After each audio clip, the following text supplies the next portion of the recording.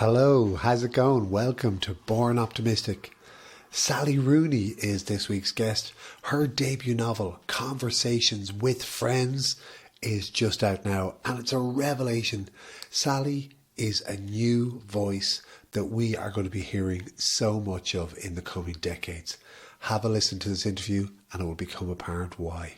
Where do you sit on the optimism spectrum? For myself, I think I have an almost recklessly naive optimism about my life. Like, I always think that everything will turn out well for me personally, which is great because I think it gives me the ability to embark on projects and stuff that I might not be able to do if I was convinced they would never work, or if I felt sort of pessimistic from the outset. But then also obviously can be difficult because when things don't go well, it's like a complete shock to the system. Like, what? To me?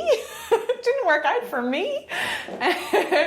So, no, I think I'm very optimistic about, and I mean, I enjoy optimism. I enjoy believing that good things are going to happen even when it's sort of clear that I want to believe the Tories aren't going to win a huge majority in the UK election. Like, I know they will, but I still enjoy believing that they won't. So I get a lot out of optimism, yeah.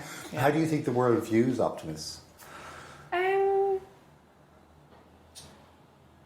I think people are encouraged to be optimistic, yeah. And I think every so often you get articles in The Guardian saying optimists live longer or whatever. I think there's a general sort of acceptance that it's better to be optimistic. Better for oneself, not philosophically better. No, because it's funny you use the word naive and optimism together, because, I mean, for me, optimism and even adulthood is all about trying to preserve naivety for as long as possible. And sometimes when people talk about naivety and optimism, it's almost like a stick to beat optimists with as well. Yeah. Oh, well, that's true. Yeah. Oh, and definitely in a political sense, any time you suggest that it might be possible to do better than the current system, or that there are possible better alternatives to the status quo, definitely you're accused of being naive, idealistic, in a sense that I think is related to optimism. Any optimism about human nature or the possibilities for civilization is very much not rewarded. And it's seen as not quote, common sense. You know, that kind of, that I think there's a stranglehold of what's considered common sense, which is actually a deeply pessimistic sort of, and in itself is a form of ideology. You know, it's that's, those ideas appeal for a reason. Yeah. But common sense, in a way, is kind of shared wisdom. Yeah, but then who decides what lessons we've learned? You know, we all look at the same history, but who decides what we take from it? I mean, you can conclude that things have happened because of some sort of timeless universal human nature that abides in all of us, that means we're always going to have, war or famine or starvation or whatever. Or you can say, well, history created these circumstances and therefore we have agency to try and build better alternatives. And I think the idea of a timeless universal human nature that creates these problems is ultimately a very pessimistic belief. Most badness in the world, it can be traced back to fear within people. Yeah. And I think that's a pretty basic human... Yeah. But then then the question on a social level is, where is that fear coming from? How is that fear engineered? And who benefits from that fear, And so those are, and I think it's perfectly, consistent with an optimistic worldview to probe questions like that, because you're doing it from the perspective that other things are possible. You haven't already closed off the possibility that we can do better. How do you process fear? So how do you know yourself what to be afraid of, what not to be afraid of, what to fear, what not to fear? I don't have a very fearful life. I don't really think about fear very much. And then when I am afraid of things, I just tend not to think about them very much. Were you always an optimist? Was it do you ever remember kind of going, this is what I am, or if I'm this way, life will be better or different, or is it how you've always been, do you think? Yeah, that's interesting, and I definitely think it's so tough to know what goes into the formation of a personality or a collection of tendencies in a person. I don't know that I could say that I was born with any particular tendency. So how was it formed? I don't know. I mean, probably that. Probably something to do with my education and feeling like things were quite easy for me. And then when you have that from a young age, you start expecting like everything's going to be easy. I can do anything. And obviously, but I mean, and that's fine up until the point where you start getting knocked back. And then the question is, can you weather that and still bring the same sort of optimism to new situations? And I mean, and that's the real test. So, but I think probably it had something to do with, feeling like because obviously your childhood, you spend most of your time in school, which is kind of bizarre. And so however you perform in school or however your experience in school is, that's going to be very formative for you as a person in how you interact with the world and public institutions. So yeah, probably having a fairly easy time of it educationally meant that I was set up for quite an optimistic existence. But that's just drawing causal. I mean, I have no idea if that was actually what it was, you know. Well, it's interesting, it's the first thing that you mentioned, so obviously you feel it is. So what was it about your education that you feel instilled this can-do attitude within you? I don't know. Just, I suppose, I found everything easy. So then when things are easy, you have a sense of mastery. You know what I mean? Like, obviously that disappears quite quickly because the stuff you're doing in junior infants literally is very easy. So when you start doing stuff that's a bit more intellectually challenging, you have to, acquire a different skill set to deal with it. But I don't know, just the sense that it was possible to learn huge amounts of new information, to assimilate them and to feel like I had control over them. I think just if you're someone who's interested in reading and ideas and stuff, the fact that childhood is so focalized around the experience of education, particularly like this fairly narrow form of academic education, probably rewards you hugely as a person. Maybe not so much if you're not that way inclined, which I think is probably quite cruel then that we force people into such a narrow system. But I think for me it was just, it was rewarding in certain senses. Like I probably still have a vision of myself that was in part formed by that early experience. But not necessarily that I thrived. I found a lot of school very, very boring, like mind-numbingly boring. But it was the fact that it was boring to me made me feel like, this is easy. Like, I've got better things to do. Mind. Exactly. I've got all these books to read. I've got a high stack of books, so the quicker I get this homework out of the way, the quicker I can get onto that. But then very quickly, I'm actually not going to do the homework because I don't need to do it. I'm just going to read my books instead. So then I was never it was not like, getting 600 and leaving or anything. Not that I would have been capable of doing that necessarily, but I definitely wasn't trying because I didn't care. And you were cool with that? Yeah, I didn't care. Yeah, I didn't know. At that point, I was very just exhausted by the whole concept, and I felt like I had really rationalized it to myself. Like I really did not believe in the Leaving Cert as a system, and then once you've discarded that, then you're good to go. That's brilliant. That's pretty rebellious, though. No, I mean I still sat my exams. Yeah, I mean I wasn't that rebellious. I wasn't that cool. At what age did you realise that you wanted to be a writer? I was always writing. I think before I could even physically write on paper, I used to compose poems that I would recite to my family. Very bad, doggerel, but so I mean it was always part of my life, and I had always written fiction and I'd always written poetry, so there was never a time when I thought this wouldn't be the part of my life. There also wasn't a time when I thought this is going to be my career. I have to do this professionally. That never entered my head really. I just always knew that I would be writing no matter what I did, and then if I could just write and not do anything else, that would be preferable. But I couldn't imagine sort of navigating the world without having recourse to writing stories about it. So yeah, it was always there. I mean, I was interested in other things, but never as much as I was interested in that. Yeah. So I assume all this time when you're growing up and you're into writing and it's how you expressed yourself and processed the world, that everyone around you was supportive of that as a concept. Yeah. It wasn't... No, yeah, my parents would be really big readers and would have had a home full of books and very encouraging of me reading, and I mean, I'm sure they probably found it quite curious that I was such a weirdo, but no, they were very, very supportive, my family very supportive, and the teachers and stuff. I mean, I wasn't the easiest student to deal with because I never did any work at all. So I certainly got a little bit of pushback from the school, as you would expect, because I didn't literally refuse to do anything.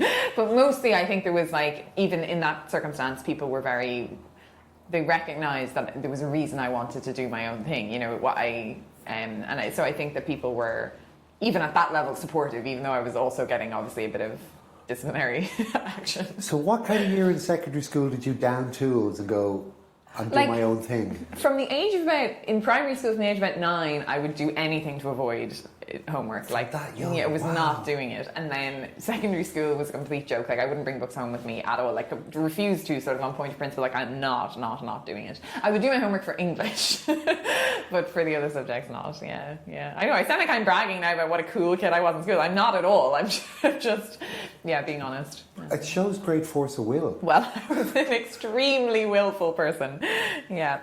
Wow, that's amazing. I could just imagine how flummoxed your teachers must be. Like, this girl is obviously bright.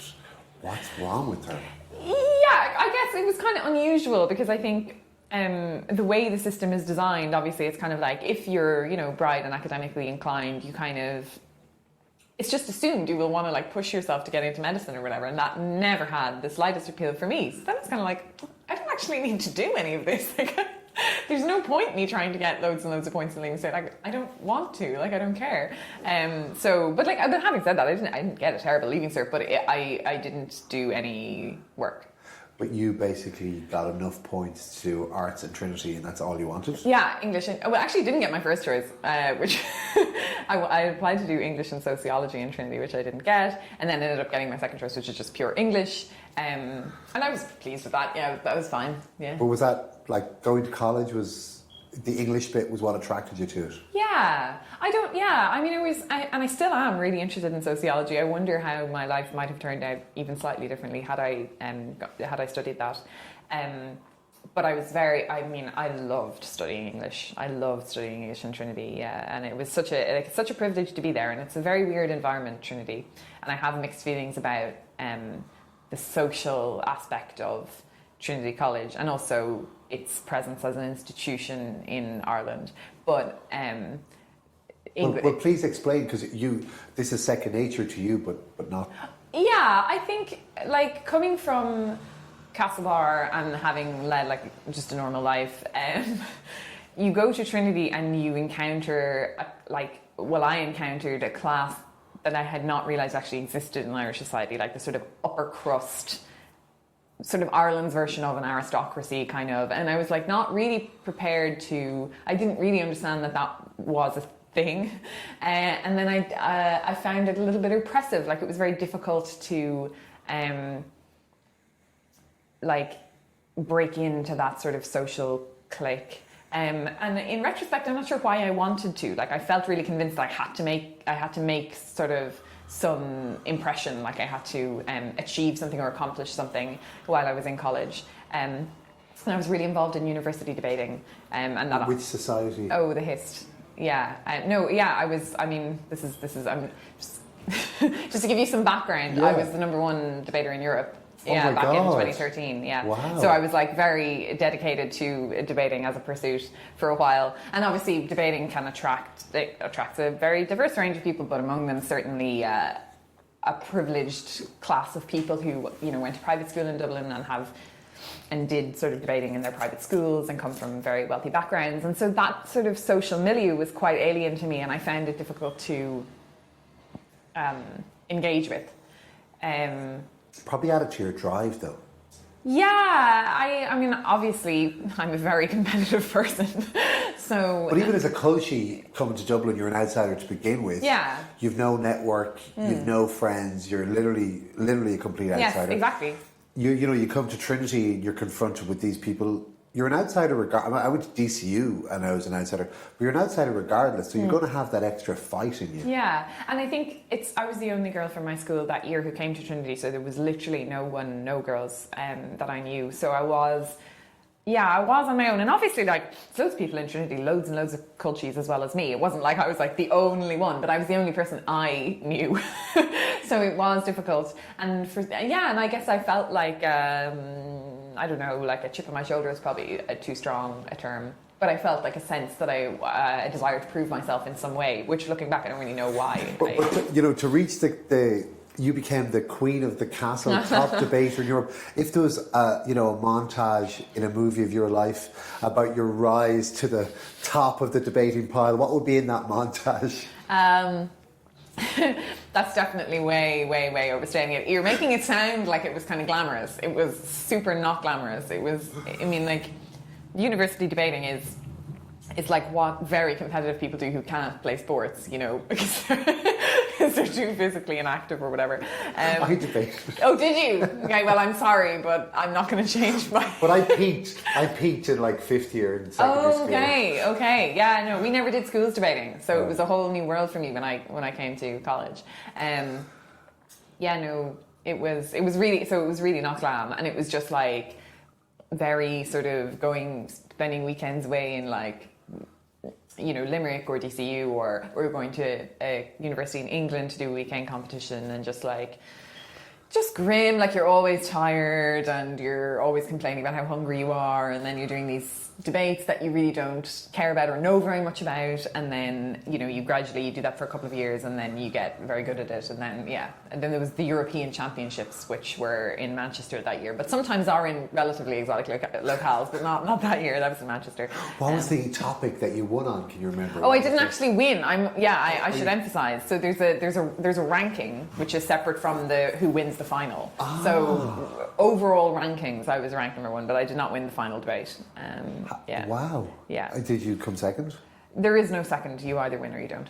Yeah. Is that harsh? No, I mean, it's okay. But like you bowed your head as you said that, it's like you're feeling the pain again of... I mean, once we got to the final and everything, it was kind of... You felt like you'd basically done all you could do. So not winning was it was like, that's a shame, but, you know... Having been knocked out in a quarter or a semi-final would have been more difficult, because you would have felt like you didn't get that. You didn't even get a shot to try and win. But anyway, yeah, I don't know. Were you the toast of the hist? Did you show those aristos what you were capable of? Absolutely not. No, I ran for auditor twice and lost both times.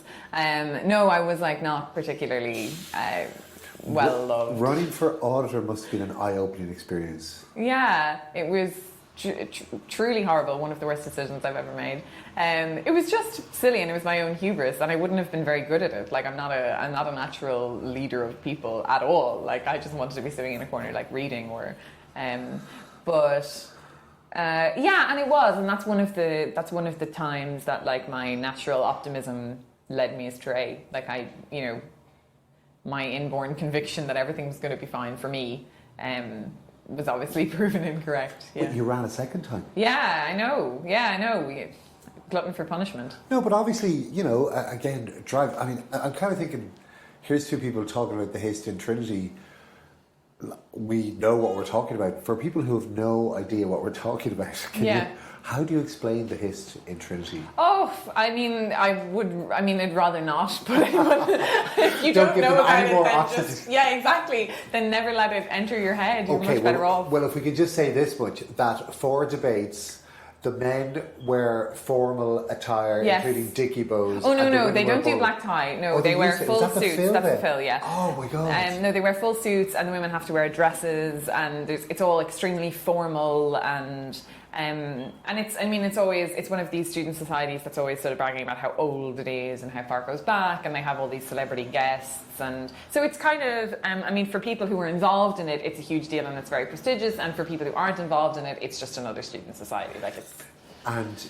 Yeah, pretty pompous. Yeah, very pompous. Yeah, and again, that's Trinity. You know, that's very much a defining feature of student life in Trinity. You're going to encounter a lot of pompous people and pompous institutions.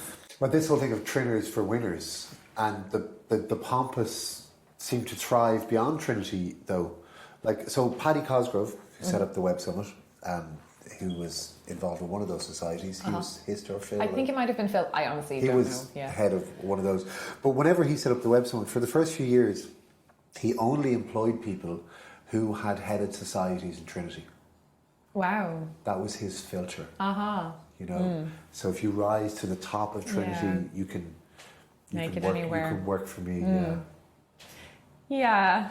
I mean, I find that sort of problematic on a number of levels, obviously. Please explain. No, I mean, I think there's a real, and it's something that I wasn't conscious of growing up in Castlebar, like how dominant privately educated Dubliners are in Irish public life. Like, I think overall something like 7% of the country are privately educated at secondary level, and in Trinity it's like over 30%. So it's just like there's a real, and it's the 30% that you hear from. So there's a real sort of dominance of people who come from, on a national level, a really like rarefied sort of class of people. But they're made to, but I think they enter an environment where they feel like their upbringing is the norm. And I don't think Trinity really challenges that. Like, I don't think people come from private school, very entitled, sort of silver spoon background, get to Trinity, and then their eyes are opened and they realise, oh, the world's a diverse place. Like, I think it has a coddling effect on people who come from that background. But the whole reason for that whole system is to maintain wealth and keep it within families, surely. Yeah. So why would they change it? Well, indeed. Why would they? No, that's why those of us who don't come from enormous wealth have to change it instead. And I mean, like, you see that at every level of society where there is entrenched power. The people tend to come from classes that will not favour the restructuring of power. Clearly, you know. So Frances, the narrator, and I would call her the main character of Conversations with Friends, described herself as a revolutionary socialist. Do you feel like you're a revolutionary socialist? Oh yeah, big time. Yeah. Definitely a socialist, Marxist. Yeah, I would say communist. Yeah, I think living in a world where we know we have enough wealth to feed everyone, and then we know that people aren't dying literally from, in poverty for lack of material resources. I cannot stand by that. I just don't believe in that system. And I think that's a moral axiom that kind of intuitively appeals to most people. Like, I think if you put that to most people, they think, yeah, that's not fair. So then the question is just, how do we design a system whereby we don't have to stand by what we all consider to be morally wrong? And how do we get from A to B? What's your vision? Yeah, I mean, that's the question. Because, even the moniker revolutionary socialism, the whole concept of revolution, I mean... Yeah. So, I mean, you mentioned in passing Corbyn earlier. I had to laugh. Bernie Sanders, for me, fell slightly to the right of Bertie Ahern. And he was branded as some kind of crazy... So where in Ireland, that's kind of normal. Yeah. Jeremy Corbyn, it does feel quite to the... I don't even believe in left or right anymore as concepts anyway. But do you think we're on a path to change? We're certainly on a path to change. But what kind of change? I know, I honestly think it's like, I agree, we've reached this kind of complete breaking point. Like, liberal capitalism is essentially dead. Like, no one really is... I mean, okay, you had Macron's victory in France, but that was essentially... I mean, I think most, or certainly a huge proportion of those who voted for him... Anyway. Yeah, no, but I mean, people voted for him because they wanted to stop, like, an authoritarian fascist from winning. So that's not really an endorsement of his ideology. That's just, trying to prevent her from... But you actually believe in politics and voting and Well, no, that's what I was about to get into. I mean, other than that, I think you see basically across the board the traditional forms of centre-right and centre-left politics just being rejected. And so what happens then is right-wing parties obviously swing way to the right, and sort of we hear like nativist fascist rhetoric from like relatively mainstream right-wing leaders now. And then the question is, what do the lefts do? The centre-left is dead. No one's voting for them anymore. And so we have to come up with... What do you do in your daily life, or when you even walk into the polling booth? Yeah. Like, what can you... Like, as an Irish person? As you. Yeah. Like, literally yeah, you. Like, yeah. How do you react? I mean, obviously I vote for... when I vote for the most left-wing candidate.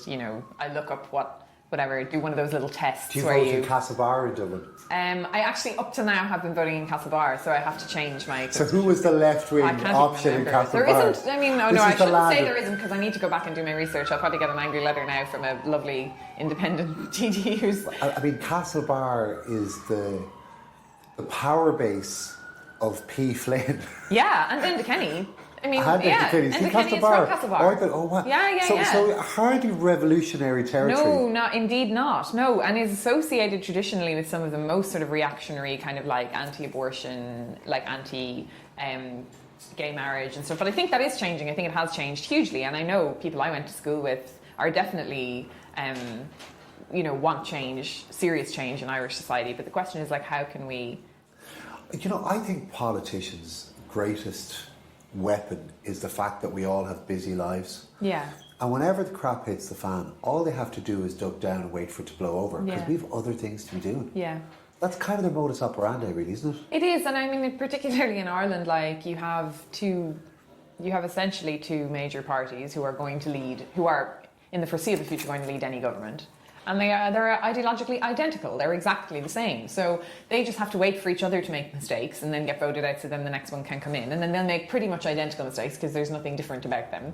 They're just managers. They just want to manage the country like you would manage a small business. They don't actually have any like politics as such. I mean, they have a deeply capitalistic politics. They want to benefit, obviously, huge businesses like But Apple. are they not us? You and I are from Middle Ireland. Yeah. I'm from Ballinasloe, from Castlebar.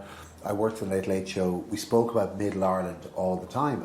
And for me, Fianna Fáil and Fine Gael, who I'm not huge fans of, they feel like Ireland to me. They don't to me, I have to say. Okay. They don't to me at all. And I think this is increasingly visible in certain ruptures. Like, so you had the Citizens' Assembly, which was a delaying tactic that the government themselves devised, right? They don't want to deal with the issue, kick it out to the Citizens' Assembly. Then you get the citizens who've been subjected to 5 weekends of loads and loads of expertise, and medical, legal, scientific, whatever. And then they come up with a perfectly reasonable programme which would put us in line with pretty much any other country in Europe in terms of abortion provision. And then suddenly the two major parties are no longer interested in the results of these recommendations. They don't want to know because their voting base, or however they conceptualise their voting base, is not really in line with what citizens want. And I'm curious as to why. I think you saw the same thing with the National Maternity Hospital scandal. Like, I think, ask any average Middle Ireland person, they're going to go, oh, that's a bit weird. Like, this order of nuns owe the government money for a redress scheme and we're giving them a hospital. Like,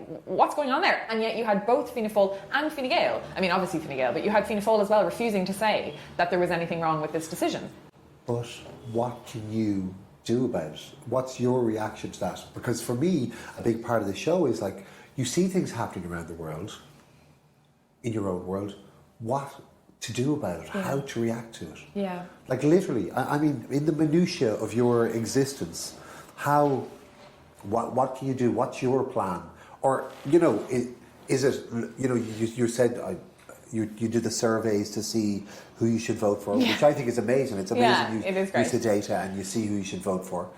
Do you think this data will eventually bring us a whole new wave of politicians? See, I deeply mistrust all politicians because it's a job I would not wish on anyone. It's such a horrible, tough job. And I think because of that, it attracts certain types of people. I would not do it. Would you be a politician? No.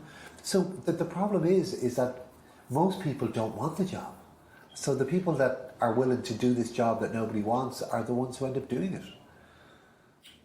Yeah, but then that means either they're drawn by a sense of deep conviction and passion about what they do, which I think is the case for some. I think that probably is the case for people like Claire Daly. That is because it's not a position of incredible power to be an independent TD, looking after your constituency and then also having a national profile. So you would hope that people who are drawn are either drawn from that sense of actual conviction or are, in the case of obviously almost anyone who belongs to a major party, by the idea of a ministerial pension kind of. In a post-capitalist society, if that is what you dream of, how are people rewarded for their effort? Like, first of all, I mean, it still remains an open question how much work actually needs to be done. Because in Western countries, the vast majority of people's work is not socially necessary. They're working in PR or in the humanities, whatever. Oh, great, that's fine. I'm not complaining about it, but I'm just saying, if it really came down to having to organise a society, would that work be sort of necessary for our civilization to continue? Ultimately, no. So then how many of us are doing jobs that are required for the wheels to keep turning. And then if it's like a relatively small percentage, well, why are the rest of us doing these jobs all the time? So I'm genuinely curious as to how we've set up, and this is in the West, obviously, not in developing societies that are agrarian or whatever, and that have totally different models of work. And why it is that we've set up societies where everyone has to work. You have to have a job, and if you don't, you're really, it's very, very difficult to eke out any kind of living. But the job that you have can be something completely, sort of, totally unnecessary. Like makey-uppy. Yeah, totally makey-uppy. You're just pushing papers around all day, and if you didn't show up to work for 2 weeks, nothing would happen. No one's life would be fundamentally changed, right? So it seems like we've got this almost moralistic vision of work, where you have to work, and the rewards for working can be quite great. Like people who work in, any of these professions, advertising or whatever, can be making huge salaries and not actually really doing anything as such. And the punishment for not working is really severe. Like if you don't have a job, you are lazy. Like you don't deserve to have a good life. And I find that that contradiction mostly exists at the level of morality. It's not really to do with how our economy is organized, because we could eliminate all advertising immediately and there would be no real, effect on our on our daily lives. So I think we have this attachment, a deeply moral attachment to the idea that everyone needs to get up in the morning, everyone has to work, that's life, you just have to do it. And I mean, for me, it's obviously curious because as a writer, I was like considered unemployed until I got a book deal, and then I was considered employed. But I was doing the same thing every day, all day. They say, my life didn't change at all. But then suddenly, I'm like, a writer, and I'm exactly the same as I was before. So I'm just skeptical of the idea that, some things are But you work. have found something that fulfills you, and you've been that way for many years, which is incredible. And you're touching on a couple of things there. I think fulfillment, the whole future work, this promise of a shorter working week, universal income.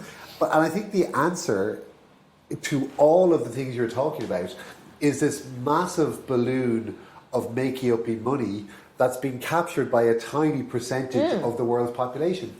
And I think if you just popped that balloon and got rid of all that makey-uppy money and everything else went on as normal, I think we'd probably do okay as well. I agree. Yeah, I think so. Yeah. Well, how do we get to that place? Yeah.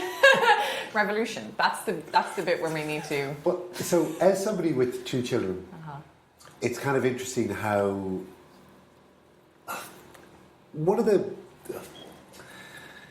I'd say, it's hard, but like when you're a parent, it ceases being about yourself, and you have responsibilities for the first time in your life, which is a really weird feeling. It's really odd that you end up being literally carefree to not being carefree. Yeah. And like pregnancy for me is almost like this kind of in-betweeny world that always prepares you for these things. Right. Obviously I wasn't pregnant, but the time span. And I agree with every single thing you're saying. But then I still have to do stuff and be part of stuff that has got absolutely nothing to do with anything you're saying. Yeah. And to do with this kind of niggle of responsibility towards children. Yeah. And that is basically, again, Middle Ireland. Yeah. Middle-aged, conservative. And I think that's pretty far from revolution. Yeah, but I'm really interested in the idea of like children and the revolution, if you will, because presumably we want to have a society in which people feel free to have families and to spend time with their families, looking after their families, and even from a dire capitalistic point of view, children are the next workforce, right? So like we actually have to have them, because otherwise there's not going to be any workers like in the next generation. So we need robots. We don't need workers. That's true. Yeah. We don't know. I mean, maybe we can all just stop. But if you'll bear with me, let's say that we do need to have a next generation workforce. Within that paradigm, then it doesn't make sense to me that having children is not considered a form of work. I mean, you're raising the next generation of, so it's actually one of the most, along with say like farming, it's one of the most basic like economic practices. You're raising the next generation of labourers. Yeah, but yet as a society, we don't reward parents, and it's a very costly pursuit. Which, I mean, this just blows my mind. I cannot understand it. People are like I mean, and obviously you hear this particularly with women, are not only not rewarded, but are punished for having children in their careers, right? It's actually seen as taking away from their contribution to the economy, is the fact that they've created another human being, right? That's a demerit for them. And then to actually pay for childcare is like this gigantic cost for most families, and it puts a huge, enormous economic strain on them. But to me, the idea of punishing people for a practice that our society would literally completely grind to a halt without, I find economically fascinating. Why? Why do we do that? But then to get to your, what's that book that's out at the moment? Utopia for Realists. Have you seen that book? I haven't read it, it's actually. brilliant. It's really, really good. But I don't think many people would disagree with the revolutionary socialist utopia.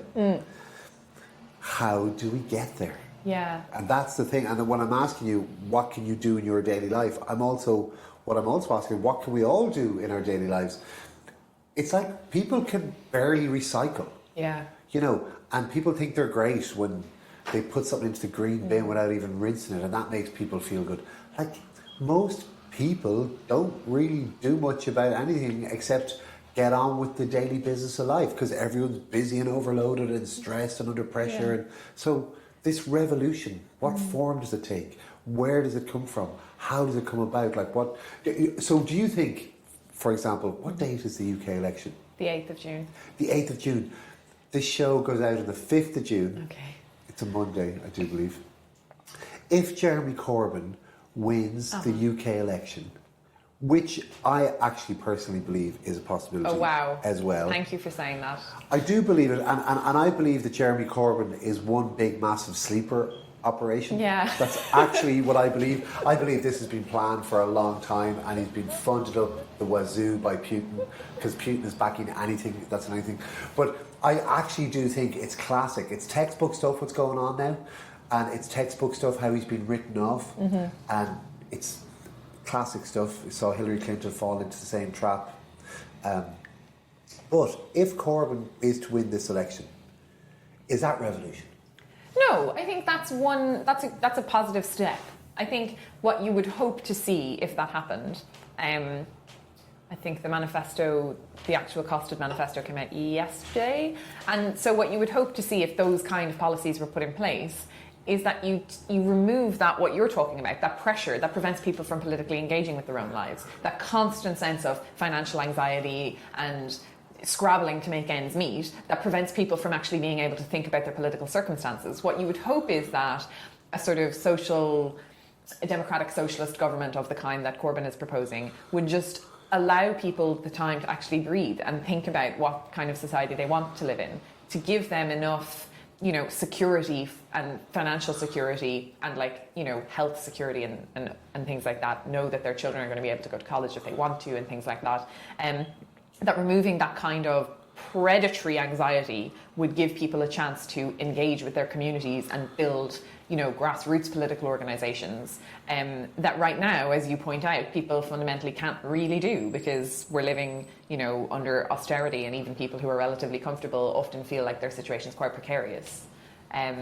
So that's what you would hope, that it would be like a stepping stone that would give people a little bit of room to articulate.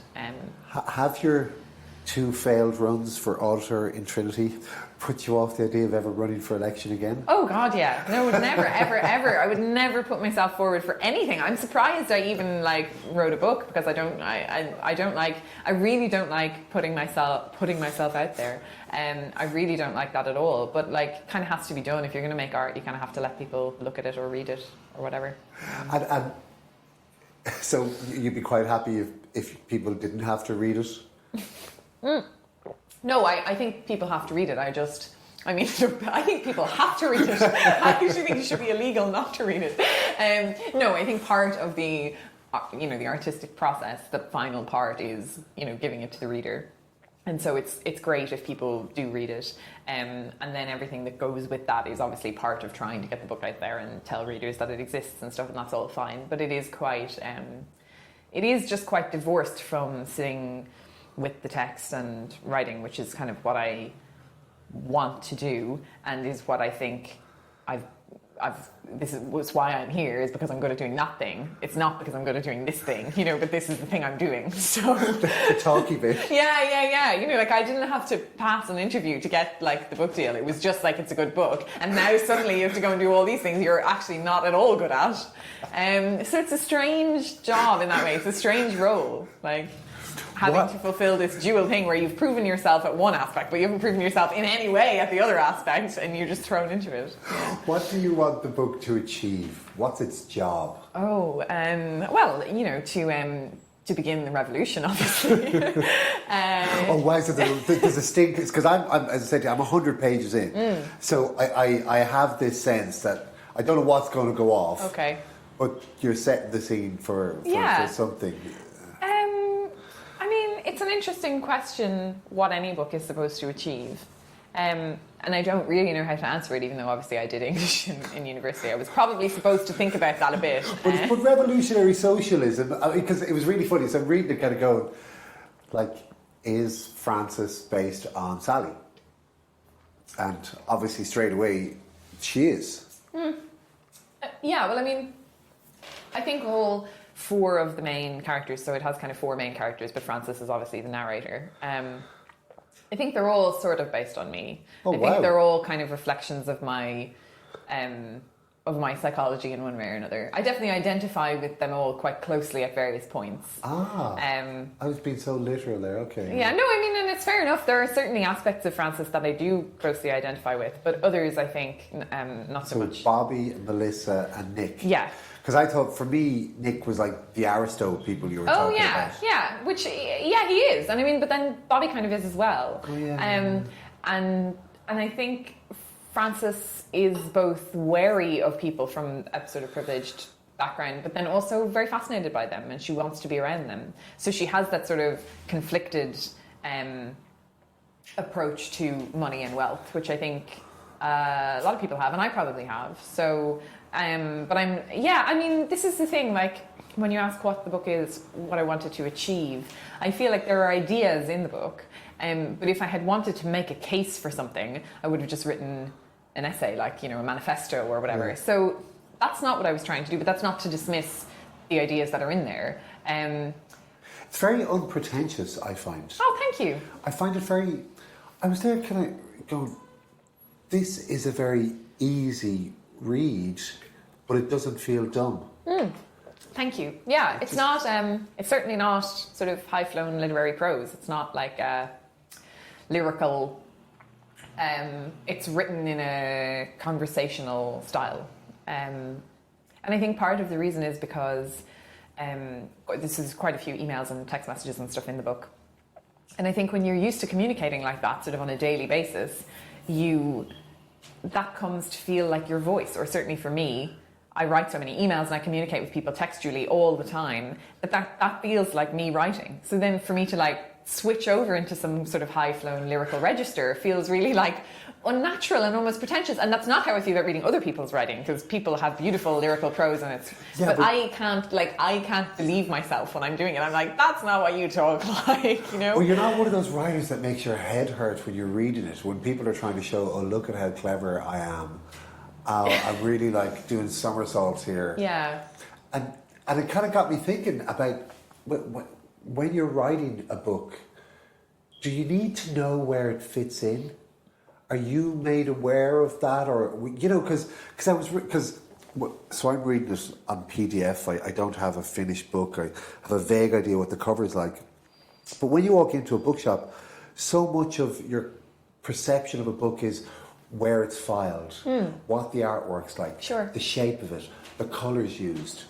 So I'm reading your book in this beautiful vacuum, where I've no idea what I'm supposed to think of it. Yeah, I've no idea who I'm supposed to be. Yeah, that's really interesting. You know, so when I walk into Hodges Figures when it's out or whatever, I'll see it in a certain place alongside certain books aimed at the person who likes those things. I've no idea who that is. Yeah. And do you know who that is? Were you aware of that when you're writing it? I mean, how does all that work? Yeah, no. I mean, I think obviously I'm a big reader, as I think any writer is. And so I think probably your writing is shaped by what you read and loved. You know, so if you have a particular kind of book that you read a lot of and really love, you will find yourself not writing like another author, but writing within a kind of, I don't know what the word is, not style, it's not genre. Like within it, or like with a set of concerns, or with a particular outlook. And like, I think the idea, I mean, no writer is like such a unique individual that they can't ever be compared to another. So you're always going to have influences that are kind of clear in your text. And I think those are really what dictates, you know, as you say, the eventual sort of whatever it is, packaging or marketing of the book is going to be influenced by what kind of books have been like this in the past, and that's going to be influenced by who you're reading. And like, there's no way to write without influence. Like, writing is, you're using human language, so it's never clean. You know, you're always taking it from someone else. So I'm going to say something now that may seem terrible, and I don't know why. It may seem terrible. So reading the book in bed last night.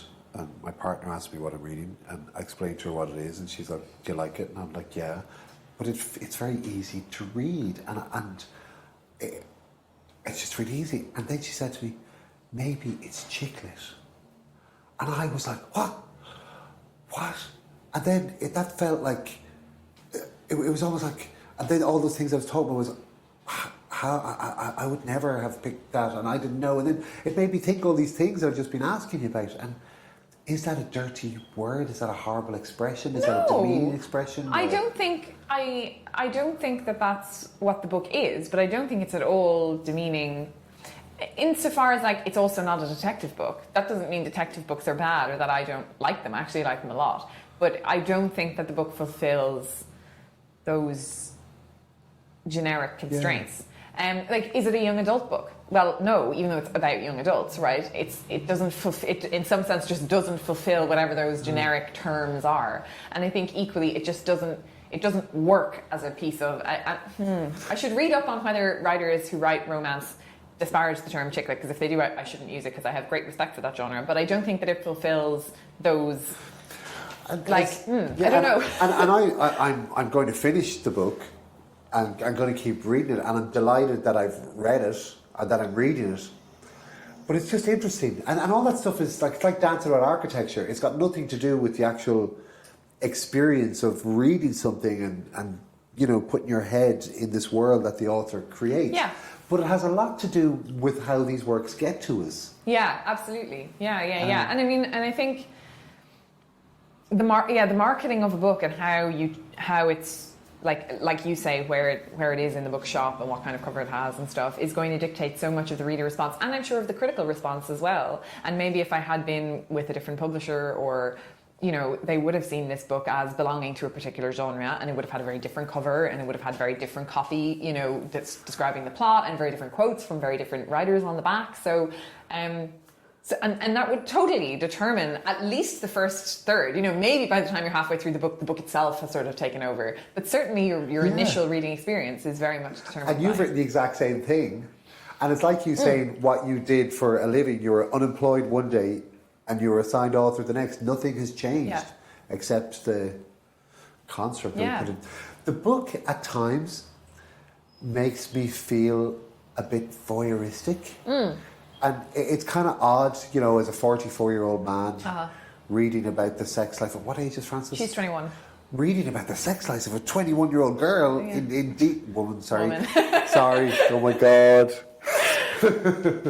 I may edit it. I may leave it in. You know. It's a 44-year-old man reading about the sex life of a 21-year-old woman, and you're like,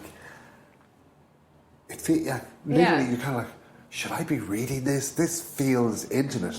Yeah. Yeah, I know what you mean. Yeah, and in the book that I'm working on now, my second book, it follows two characters over the space of 4 years, but it begins when they're 18. And that for me is like, whoa, these guys are kids. I mean, they're so young. And it does feel strange to, like, when I'm writing it doesn't feel strange because I feel like I'm just immersed in their little world and I kind of understand what's going on for them. But to step back from it and think like, these guys, like, they're, you know, they're kind of children to me. Certainly I don't have any friends who are 18. Like, that's the, so yeah, no, it is. It's funny. And I imagine it will grow stranger and stranger for me the farther I get away from Frances. Because when I wrote the book, as I said, when I wrote the first draft, I was 23. So I was basically her age. You know, I mean, she's 21, so okay, I had like 2 years to kind of throw myself back into that mindset, but it wasn't a huge leap. Now I'm getting closer to kind of Nick's age. And that's obviously in the book, that's such a big age gap, but like obviously as time goes by, I inevitably get, you know. Yeah, Nick's at 32. Yeah, yeah. Like, Nick's a young. kid. It's like, what? 30? Yeah, he is. And that's another funny thing is that I think I kind of knew that, and then the more, obviously, the more time goes by, the more I know that Nick and Melissa, the married couple in the book, are very young. But Frances and Bobby, who are 21 and who are obviously adult women, feel like younger and more kind of interesting when they're with this older couple, and the older couple obviously feel more kind of mature and glamorous when they're with these extremely young college students, but in fact, like, they're not, you know, they're all just young, you know, they're young people. Am I supposed to find Bobby a bit annoying? People say that, yeah. People find Bobby annoying, but then some people like her. I don't know. I think she's so much like me. I'm annoying, so yeah. It's funny. People have very different responses in terms of whether they like the characters or not, and that seems to be like a common thread for people who've read it so far. Is that rather than responding to, you know, the language or plot or whatever, I think people's first, most visceral response tends to be whether or not they liked Frances and whether they liked Nick and Bobby. And it's very varied. Some people really do and some people really don't. And it doesn't always correlate with whether they enjoyed the book. Like, some people can say, oh, I liked the book, but I didn't like any of the characters, which to me, it's kind of mystifying, but it's fair enough. But it's mad that you say the 4 characters are different aspects of yourself as well. Yeah. So you're like writing the book back when you were 23, literally having conversations between different aspects of your own personality. But I think that's all writers can do. You know, you can't. You're moving these people around. You're manipulating them. You're ventriloquizing them. You give them all their dialogue. So where is it coming from? It's all coming from you. I mean, you can say, "Oh, this character is really based on whatever," but ultimately, that's not fully honest. Even if it's based on someone else, it's always based on a combination of that person and you, because you have to give them the psychology that they have in the book, and that can only ever be your interpretation of someone else's psychology at the very most. So I do think, in a sense, that those were, they're like staged dialogues between one part of my psychology and another. But I also think that's inevitable. That's all that you can do. You know. One thing. So even though there's a lot of, as you say, messaging-based exchange in the book, one thing that's very noticeable by its absence in the book, I feel, are social networks. You mean like Facebook and? Yeah. Well, there's no social networks. Don't exist in the world you've presented. Like social media. Yeah. Oh no, they don't. Yeah, they don't use Twitter or anything. Or Facebook or Snapchat. No, like they use instant messaging. So I guess that could be Facebook chat, or it could be G chat or something. It's never specified. Part of the reason I did it is just like, I don't want to give free advertising to some corporation. Like they don't need it. And like I think if I say instant messaging, everyone who's reading it will conjure up an image. It's not going to confuse anyone. But also I think it's really difficult to make the use of social media dramatically interesting, because it's quite a passive thing for most of us who use it. It's kind of like you sit on your couch and you're scrolling, and like you can be seeing really interesting stuff, but it's not dramatic. And so to get to the meat of the drama, you really need it to be a personal interchange, so like emails or instant messages. And so I kind of just bypassed the whole. I think just because it would be tricky to like make it work, and then like what are they going to be worrying about how many followers they have on Twitter and stuff? I just know it would get too complicated. Because you're good on Twitter. Oh, thank you. I like your tweets. Is that like part of your job? No, I've had that Twitter account for ages, since 2008 or something, and I mean, haven't changed in the way that I tweet since I got the book, I think. No, and like if I had to start doing it in a work way, I would rather close it down, because I don't want to become I don't want my work and my person to become one, you know, if that makes sense. Like, that's just my personal Twitter account, and it's not like a work thing. And it's strange being a writer in that sense, because it's not like having an ordinary job, you know what I mean? Like, if you work in a restaurant or you work in retail, like, they don't expect you to use your personal brand like as part of your work. You know, you just go to work and then when you finish work, that's it. And being a writer, you kind of feel like everything that you do is in some way feeding into or working off your status as a writer, which is kind of weird. Like I'm just a completely ordinary person who also has done this, written a book, and so the idea that the whole idea that people want to talk to me about my life and stuff, I find kind of puzzling, and not like unpleasant, but just strange, because everyone has a life. I'm not specific in any way for having had like a childhood. Definitionally, everyone has had one. So it feels strange that just because I've done this thing, and you know, which I did in my spare time, while I was doing a master's or whatever, that suddenly this has elevated me to the status of someone who people want to talk to. Who knows stuff. Yeah, but I clearly don't have any expertise in anything, you know. Yeah, but you're literally putting yourself out there to suffer the slings and arrows. You know, but that says a lot about you, that you're doing that, and this comes back to the get up and go. That I didn't even ask you who educated you. Whoever those teachers were, was it, you know, nuns or lay people or all girls or mixed or whatever it was? They were part of putting this into you, your parents, your family. So you have this get up and go, and you're willing to reveal personal thoughts and theories and... Yeah, definitely willing to reveal my thoughts and theories. Yeah, no, I mean, very much so. And to what end? And to what end, indeed. I mean, well, specify that question. I mean... Like, why do you do it? Is it a compulsion? Is it, you know, like what? You mean, why do I write? Yeah. Just because I wouldn't have a clue how to not do that. I just wouldn't, like, I literally don't know what I would do with my time, or like my mental time, walking down the street. I have no idea what other people do be thinking of. Like, I'm always thinking of, you know, the thing I'm writing at the moment, or the next thing I'll write. So I genuinely would feel completely bereft psychologically. I would have oceans of time and absolutely nothing to do. I'd have to take up some kind of very complicated hobby. Like maybe I'd learn a bunch of new languages or something. Watch box sets or... Yeah, I watch stuff, you know.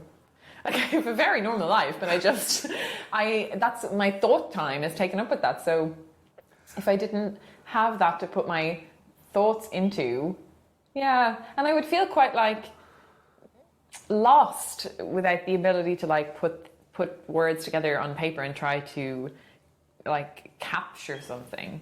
I would feel like my life, all the material of my life would just be like, oh, you can't use that. How many books ahead do you see? I have no idea. I don't know. But so you're writing one book. You seem to hint there you might have a notion of the one after that. Like, do you? No, at the moment, no. Just writing the one that I'm writing, and I don't know what will come after that. I hope. I mean, my dream for my life would be I just write novels. Like, I write a novel every 3 years or whatever, and that goes on indefinitely. Perhaps that will be the case, but then perhaps it won't. Maybe I only have, 3 books or whatever. Well, it kind of depends as well if enough people buy them to allow you to have the time to do it. No, that doesn't depend, because if I had to, go and do something else for my full-time job, that would be fine. I would still write novels. I mean, that wouldn't stop me, I mean, whatever I had to do additionally to writing the books, it would have no bearing on whether or not I wrote the books. Do you know what I'm really looking forward to? I love time passing. And in about 20 years' time, seeing your role in Irish society. Oh God, that's a bit of that's an intimidating way to put it. I don't think I'll have a role in society as such. I think I'll be my mild-mannered introvert reading a book somewhere. Well, I think, off the top of my head, Roddy Doyle has a role in Irish society. All of these people are a part of our consciousness and a part of informing our morality and our aspirations and our direction. And nerve-wracking stuff. Yeah. On that note, thank you. Thank you very much. Thanks so much for your time. That was Sally Rooney. Amazing. You know what I mean? She is going to be around for a long time. Her book, Conversations with Friends, is so readable. You have to check it out. Really, really brilliant. Sally, thank you so much for taking the time to be on the show. Really, really appreciate it. And I'm really glad I read your book as a result, Conversations with Friends. I cannot recommend it enough. This has been Born Optimistic. Until next Monday at 8 o'clock on RTE Radio 1 Extra and iTunes and Stitcher. We have another great show for you. Thank you so much for listening. Bye.